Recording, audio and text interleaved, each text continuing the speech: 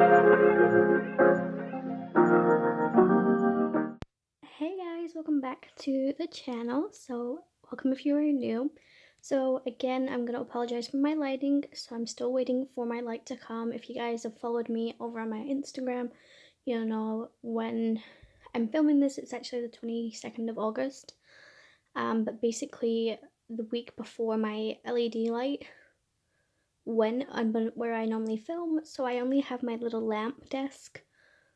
My desk lamp, to actually, give some form of lighting. So I do apologize for that, but you'll have to let me know down in my comments which you prefer. Do you prefer my videos where I have both lights on, or just this one? Because I thought it was a lot worse than it is, but I have to admit that light does give out quite a lot of,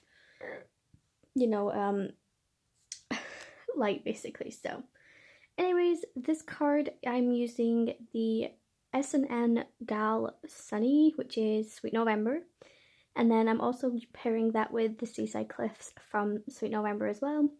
So if you guys want to see, because I totally did not film me coloring in the cliffs, the sea, and the sand, because I had pretty much go to the same color combinations every time for that sort of scene. So if you want to check out some of those, maybe check out some of my earlier videos for that, but I will link some down in my description.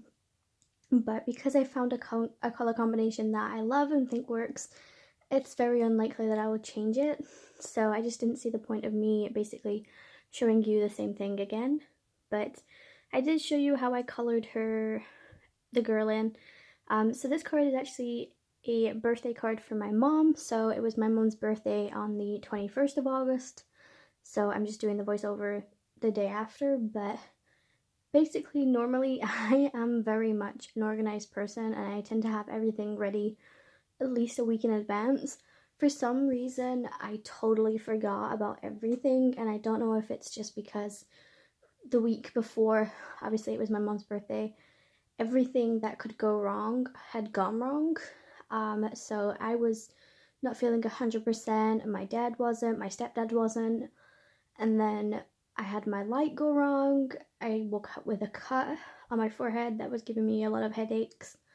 No idea where that came from. Then I had toothache, went to my dentist, they couldn't find out what was causing it, so it's just a lot of unanswered questions of what's going on. So basically, yeah, I think my mind was just elsewhere at the time, and yeah. Anyways, luckily for me, I go crafting every day near enough anyways, apart from Saturday, Sunday. But this video is actually going to go up on the 22nd of August, later in the afternoon, so you will see this. But basically, my mom and my stepdad are going away for 2 weeks. Now, normally they only go away for a week, and last year they went away twice. So it was 2 weeks, but it was in a different month of each other. So they went away in August to Croatia for a week, and then again in October for a week in Turkey. But this year they're going away to, I can't remember where they're going. I can't remember if I don't think it's Istanbul. I think it's oh, what's it called? I can't remember off the top of my head. I know it's somewhere in Spain. I just can't think at the top of my head. This is what happens when it comes to 2 in the morning, honestly. My mind just goes. But basically I'm at work right now, and basically I lock myself in the airing cupboard so I could do the voiceovers, and everybody knows what I do, so it doesn't really matter. But basically they're going away for 2 weeks, like without the gap in between, and I'm slightly stressed and anxious because of Lulu. So basically I don't have to worry about Lulu during the time from 7:30 at night right up until 3:15 the day after. So I get a long time, a period where realistically she's not on my mind at all, unless I know like my parents are gonna go out and that I need to go around and feed her. But otherwise nothing really happens. And yeah, basically I'm slightly nervous about leaving her for like long periods of time. So I did some research, I asked a couple of friends, and everybody's like reassured me that what I'm thinking is not wrong, but you know, I think it's just what comes with being a cat mom. So I get this question a lot, like, oh, you have a lot of cats that stay with you anyways, you know, why do you not worry about them? So basically all the cats that come to mind aren't my cats, they're actually all have owners, and they literally just come to me for, you know, treats and basically pets and stuff. So I don't really have to worry about them when they don't come up, because I got a feeling they're gonna go home anyways. But with Lulu, with her one being an indoor cat, I feel like she doesn't have that, you know, that outlook and somewhere else to place her energy. But basically my mom feeds her around 6:30 in the morning, and then obviously she has her food in her dish from then onwards, and then when I basically go around at 3:15, I just have to take her to the kitchen, make sure she eats a little bit more, because something we did with her when she was a kitten is we stood next to her while she ate, and ever since then you have to be with her in the kitchen to eat, otherwise she won't eat.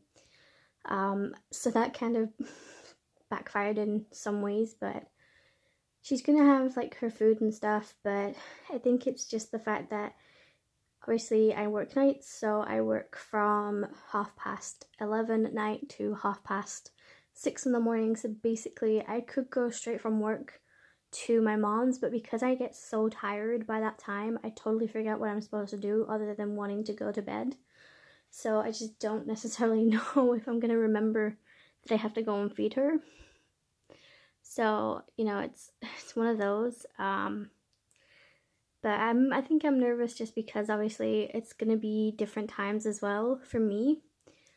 So basically like I said, my mom feeds her at that time, and